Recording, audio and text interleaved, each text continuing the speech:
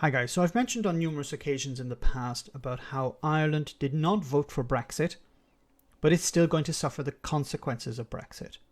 Now, we've just passed 1 week, more or less, of a post-Brexit era, and the first week has been extremely difficult for the Republic of Ireland. It's been an extremely stressful time for hauliers, for traders, and for even government officials who are trying to navigate this disaster of red tape that's been created since Boris Johnson and the EU agreed this trade deal. Now you have to remember that this is before anything close to normal levels of freight. The freight that moves between Ireland and Britain is resumed, because you have to remember that there was a massive amount of stockpiling that took place before Christmas and before Brexit. The end of the transition period saw massive stockpiling taking place on both sides of the border. And now that those stocks are starting to run low, you're going to see a resumption of normal trade. However, the restrictions are still in place. Paperwork needs to be filled out, and lorries are still going to have to queue up on both sides of the border.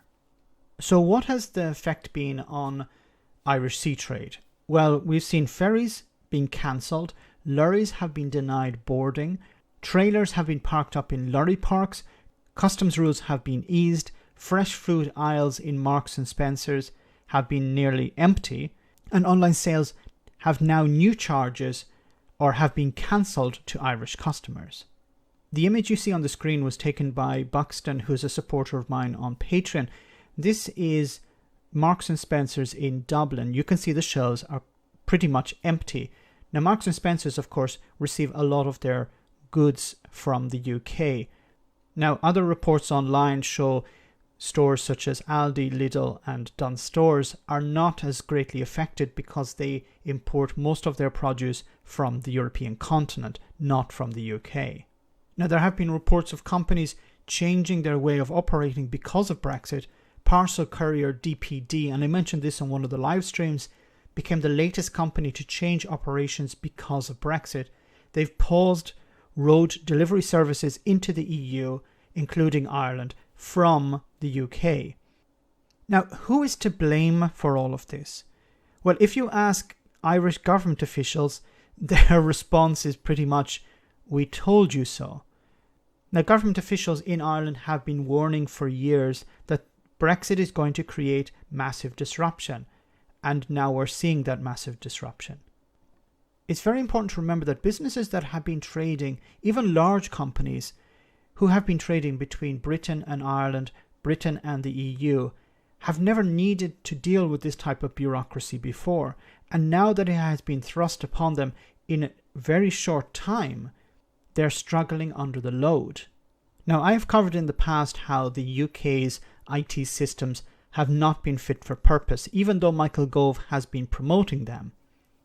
The same seems to be the case in the Republic of Ireland.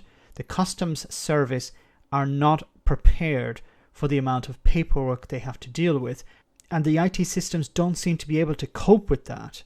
Now, this is once again not an issue that you can fix by throwing money at it. This takes time, and these types of systems need to be tested rigorously before they are implemented. And this did not take place. Going forward, this is going to create massive disruption in the Irish economy and the UK economy, as we have seen. And I truly believe that what's going to happen over the next number of months is that Boris Johnson's government is going to have to go back to the EU and fix these problems, because these were predicted, they were ignored, and now they will have to be repaired. Let me know in the comment section, guys, what you think. As always, your comments are greatly appreciated. Thanks a lot.